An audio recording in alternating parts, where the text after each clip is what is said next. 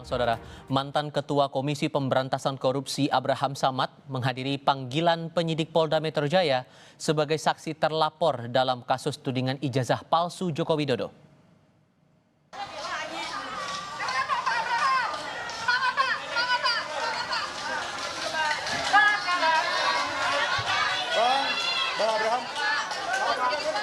Saat diperiksa pada Rabu pagi, Abraham mengklaim pemeriksaan ini diduga adanya siniar atau podcast Abraham Samad Speak Up yang pernah membahas isu dugaan ijazah palsu Joko Widodo. Meski begitu, ia mengelak isi siniarnya memiliki unsur pidana terkait pencemaran nama baik apa yang dilaporkan Joko Widodo. Mengenai kemungkinan dirinya menjadi tersangka, Abraham menegaskan ia dan tim hukumnya pasti akan melawan.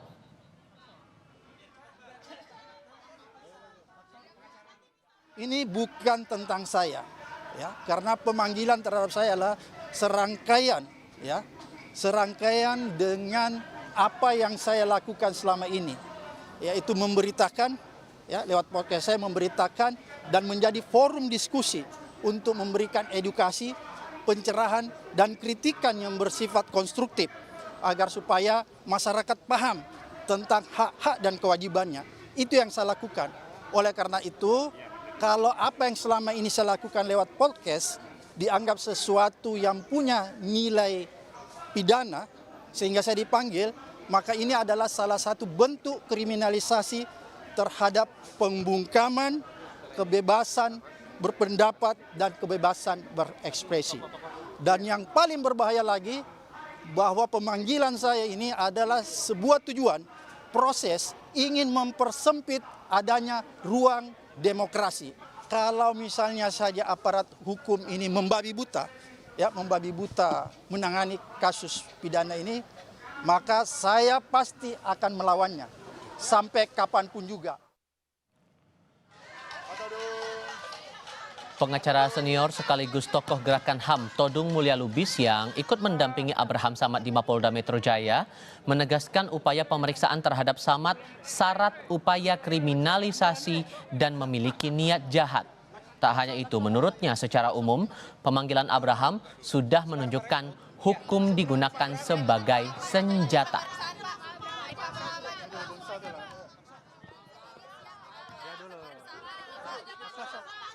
Dulu, Mas Lakso dulu. Ini ada pengacara saya, Mas Lakso. Lakso. Sorry kabel. Lakso. Saya tidak menyangka akibat podcast yang dilakukan oleh Saudara Abraham Samad, dia dikriminalisasi. Tidak boleh ada kriminalisasi dalam negara Republik Indonesia ini terhadap wartawan, terhadap mereka yang punya podcast, terhadap siapapun, karena ini membungkam kebebasan berpendapat. Pasal penghinaan atau pencemaran nama baik itu sudah dihapuskan. Hanya di negara yang otoriter atau punya tendensi untuk menjadi negara otoriter, pencemaran nama baik, penghinaan itu dikriminalisasi. Inilah zaman di mana penegakan hukum dipolitisasi. Inilah zaman di mana hukum dijadikan sebagai weapon. Ini yang disebut weaponization of law. Lalu apa indikasi siniar atau podcast Abraham Samad mencemari nama baik ataupun fitnah terhadap Joko Widodo? Dan apakah pemeriksaan Samad dalam kasus ijazah Jokowi kali ini berpotensi membungkam suara kritis publik? Kami diskusikan bersama dengan para narasumber. Bergabung saat ini ahli hukum tata negara Refli Harun, juga bergabung bersama kami Sekjen Pradi Bersatu Ade Darmawan dan mantan Kabarreskrim Polri Susno Duaji. Selamat sore semuanya dengan Tifal di studio. Apa kabar? Selamat sore, Mas Tifal. Selamat sore para pendengar. Terima kasih semua sudah bergabung bersama kami kali ini. Dianggap ini syarat muatan lain selain di luar hukum. Sehingga menurut Anda, Mas Ade, apa yang salah sebetulnya dengan podcastnya Bang Samad ini sehingga harus diperiksa terkait dengan kasus ijazah Jokowi ini? Oke, terima kasih Mas dari Kompas News ya. Jadi kalau terkait laporan Pak Insinyur Joko Widodo kan kemarin itu, beliau melaporkan peristiwa. Kemudian peristiwa ini menjadi menjadi pemeriksaan terhadap beberapa yang diduga ikut dan turut melakukan tindak pidana pencemaran tersebut. Artinya gini Mas Tifan, bahwa kemudian dipanggilnya Bang Abraham, saya rasa itu normatif hukum. Ya, tidak ada diskriminasi di sini. Ini kan polisi memeriksa dengan adanya bukti yang telah dipelajari, kemudian diperiksa bahwa ada dugaan di situ, ya kita tidak bisa menghindari itu. Apa kata-kata yang salah dari podcast itu sehingga ada muatan potensi bahwa ada pencemaran nama baik di situ menurut Anda, Bang Ade? Jadi gini, podcast ini kan berbeda dengan pemberitaan nih, Bang Tifal ya. Kalau di podcast itu, kalau kata-katanya saya tidak melihat alat buktinya secara menyeluruh yang mana menjadi satu ujaran kebencian atau fitnah atau pencemaran. Tetapi yang saya tahu bahwa podcast YouTube terus kemudian ada video juga yang dimana ada beberapa kelompok orang ya. Dan di situ juga Bang Abraham sempat berorasi dan lain sebagainya. Nah, yang saya lihat sih itu. Kemudian podcastnya juga ada, tapi saya nggak terlalu membuka secara, karena itu kan merusak pemeriksaan kalau saya sampaikan di sini bahwa ini loh yang menjadi fitnah dan pencemarannya gitu loh. Tapi kan banyak podcast juga yang mengeluarkan opini masing-masing sehingga dianggap oleh Bang Abraham ini membungkam demokrasi. Jadi gini, demokrasi itu sah-sah saja Bang Tifal, tak sepanjang demokrasi itu ya tidak mencemarkan seseorang. Itu yang pertama. Yang kedua adalah kalau kita berbicara demokrasi, Pak Insinyur Joko Widodo ini kan korban dari ujaran kebencian, korban dari fitnah, korban dari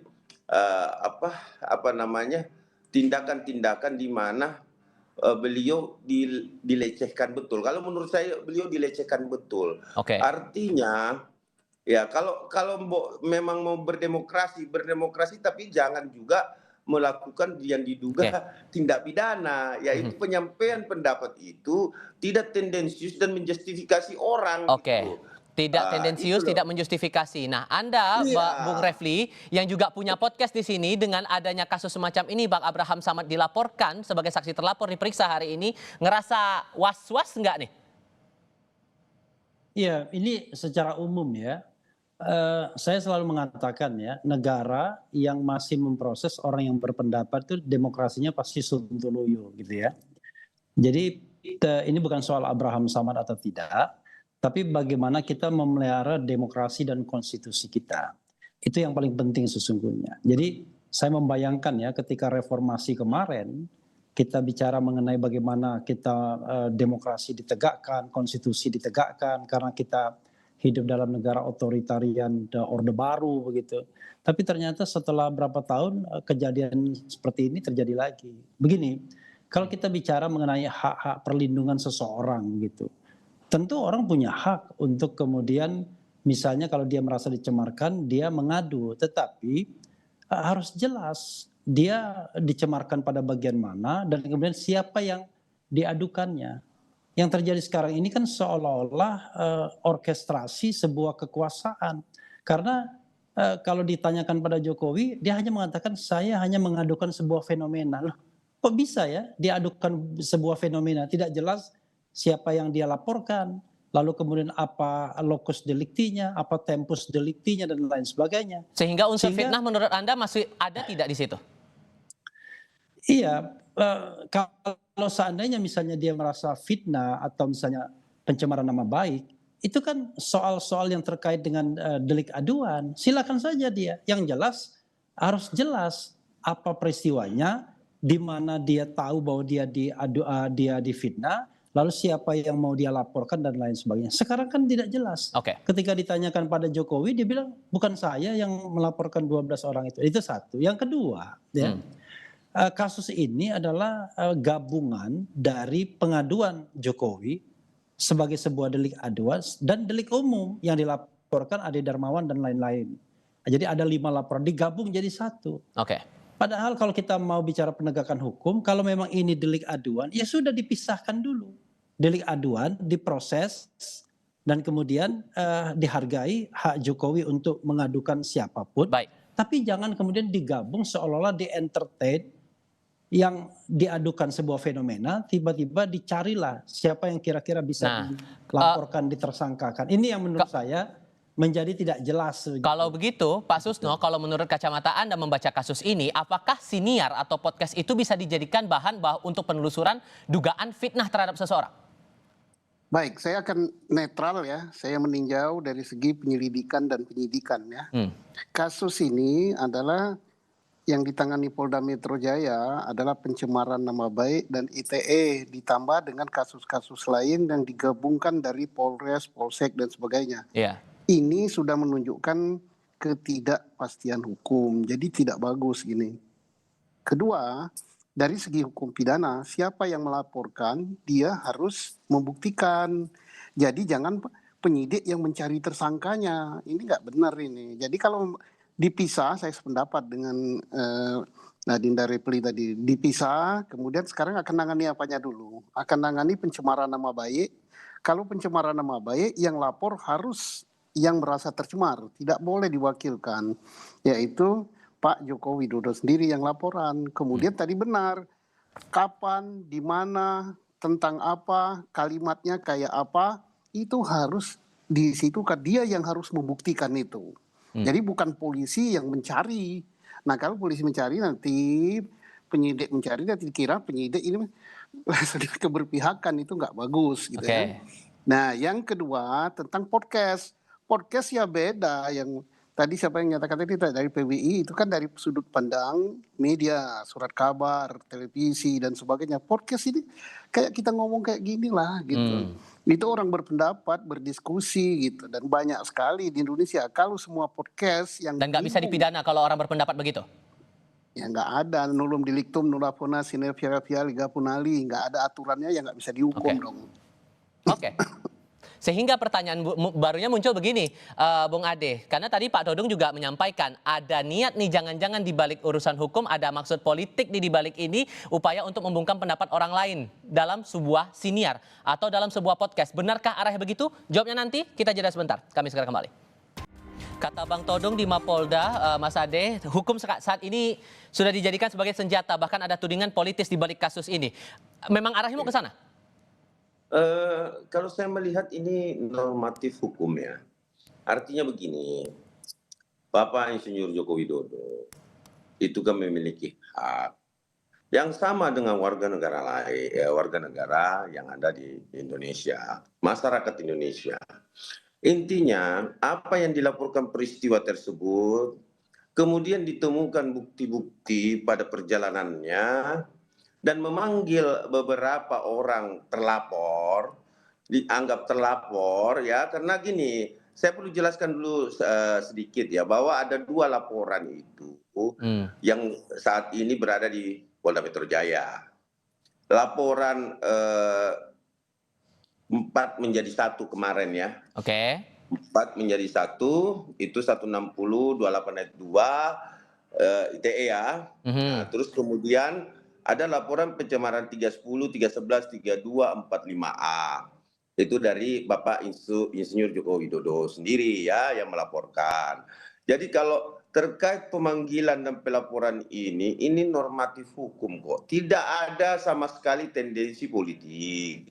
Yang mempolitisasi bisa saja orang-orang yang dipanggil dengan mengajak semua unsur beramai-ramai untuk mengatakan bahwa terjadi pembungkaman demokrasi. Siapa tuh yang nuduh kalau gitu menurut Anda? Demokrasi sah-sah saja, Mas Iqbal. Tetapi kita juga tidak bisa menutup mata terhadap demokrasi hukum. Artinya kebebasan-kebebasan udah banyak juga. Jadi gini loh, kalau kita bilang bahwa ada perbedaan, tidak ada equal karena dia adalah, mohon maaf, Bang Abraham Samad adalah mantan ketua KPK nih, ya kan, nggak bisa dihukum dong, ada privilege atau apa, kan semuanya sama. Tapi yang hari ini yang ditunjukkan Bang Abraham Samad, ya, saya sangat luar biasa support. Kenapa? Bahwa beliau datang. Ya. Jangan juga belum jatuh tempo, ada yang terlapor juga ya, belum jatuh tempo, tapi tidak hadir. Nah, Bung Justru Refli. menunda karena alasan 17 Agustus. Oke. Nah, tetapi apapun itu, saya menganggap Bang Abraham Samad ini memang pendekar hukum dan dia mengerti betul. Dan dia paham betul Bang Abraham ini bahwa Bung Refli, kemudian silakan. kalau dia tidak terlibat. Sudah kami tangkap poin dari situ, Bung Ade. Bung Refli, silakan. Iya, sekali lagi ya, saya mendapatkan beberapa kali surat panggilan tersebut. Dan surat panggilan tersebut itu menggabungkan semua tindak pidana. Jadi laporan dari Pak Jokowi, laporan dari Mas Ade dan lain sebagainya itu digabung jadi satu. Dan kemudian dikatakan Anda dipanggil sebagai saksi ya dalam dugaan tindak pidana bla bla bla bla yang terlapornya 12 orang tersebut. Karena itu makanya saya katakan kalau kita bicara tentang profesionalisme penegakan hukum, ini sebenarnya yang diproses yang mana begitu. Kalau kita bicara mengenai hak Jokowi gitu ya, maka ya kita hargai haknya. Hak dia adalah mengadukan dan merasa dicemarkan nama baiknya. Lalu dia gunakan pasal 310, 311 KUHP dan kemudian pasal 27A Undang-Undang ITE yang terkait dengan pencemaran nama baik menggunakan dokumen elektronik. That's all, selesai kan? Harusnya itu kan delik aduan semua. Tapi yang terjadi adalah masuk pasal 160 KUHP, kemudian masuk soal-soal yang terkait dengan penghasutan dan lain sebagainya. Jadi sehingga ada maksud lain di luar hukum menurut Anda di sini.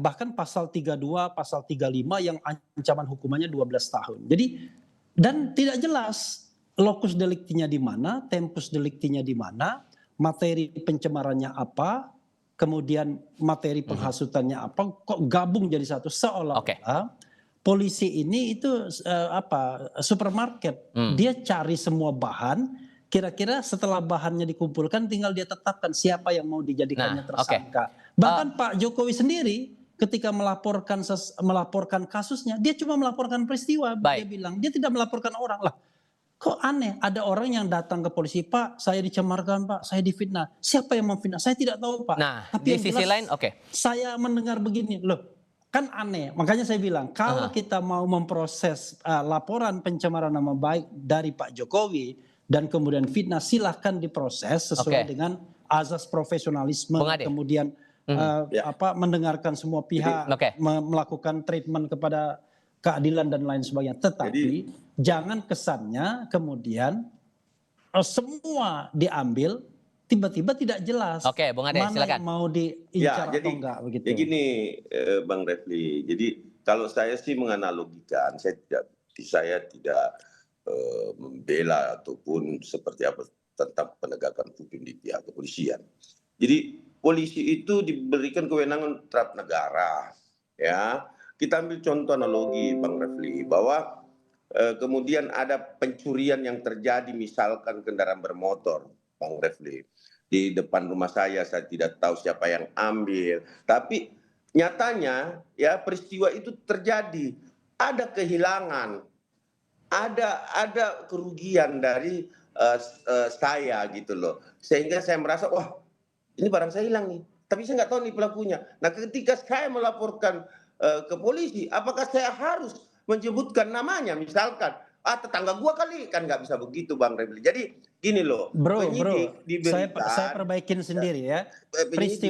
Peristiwa itu berbeda dengan kalau Anda difitnah atau dicemarkan. Kalau misalnya Anda dicuri, memang kita belum tahu siapa pencurinya. Tapi kalau Anda merasa dicemarkan nama baik dan difitnah, masa Anda nggak ngerti siapa yang mencemarkan dan yang memfitnah Anda? Masa Anda mendengarkan sebuah pencemaran dan fitnah? Lalu saya mendengarkan suara ya. Ada orang memfitnah saya, mencemarkan saya. Kan jelas itu. Ini kayaknya Pak Susno udah mau ngomong nih, silakan Pak Susno, silakan Pak. Jadi ini bagus sekali ya, ini pencerahan yang bagus. Jadi kasus ini berbeda dengan pencurian. Kalau pencurian itu polisi tidak dilapori pun dia harus berbuat. Karena itu bukan delik aduan. Termasuk rakyat biasa, rakyat jelata seperti saya, kan tidak lagi polisi sekarang ini. Petani kan, kalau tahu ada pencurian, saya lihat dia, saya berhak menangkap, tertangkap tangan. Nah, serahkan pada Polri. Tetapi saya mengetahui ada seseorang yang dicemarkan nama baiknya, saya nggak boleh melapor dong. Yang melapor yang namanya merasa tercemar. Oke. Nah, siapa tahu, dan laporan itu harus lengkap gitu, karena ini delik aduan, kapan, di mana, bunyi pencemarannya kayak apa, kemudian dia mengumpulkan alat-alat bukti itu untuk dinilai oleh Polri. Jadi bukan jangan sampai nanti penyidik Polri mencari, wah ini podcast yang ini mencemarkan, ada lagi podcast yang ini mencemarkan, oh ini ada percakapan di WA Group ini mencemarkan, itu nggak boleh. Jadi bedanya delik aduan sama bukan delik aduannya. Oke, sehingga singkat saja Pak, kalau membaca kasus yang Suginur kan kasus pernah narapidana, kasus pencemaran nama baik Jokowi, akhirnya kan diampuni oleh Presiden Prabowo Subianto. Apakah itu juga akan jadi pertimbangan penyidik untuk meneruskan atau tidak kasus ini? Itu bagus sekali, karena apa? Objeknya adalah ijazah palsu. Nah, buktikan dulu si objek itu palsu nggak ijazah ini. Nah, kalau ijazahnya betul-betul palsu, ya bukan cemarkan nama baik, namanya membuat berita bahwa ijazah itu palsu gitu. Tapi kalau ijazahnya asli dikatakan palsu, ya baru itu mencemarkan nama baik. Oke, sudah kami tangkap poin dari situ Pak Susto, Bang Ade, Bung Refli, terima kasih sudah berdiskusi bersama kami kali ini. Selamat sore semuanya. Terima kasih. Ya, makasih.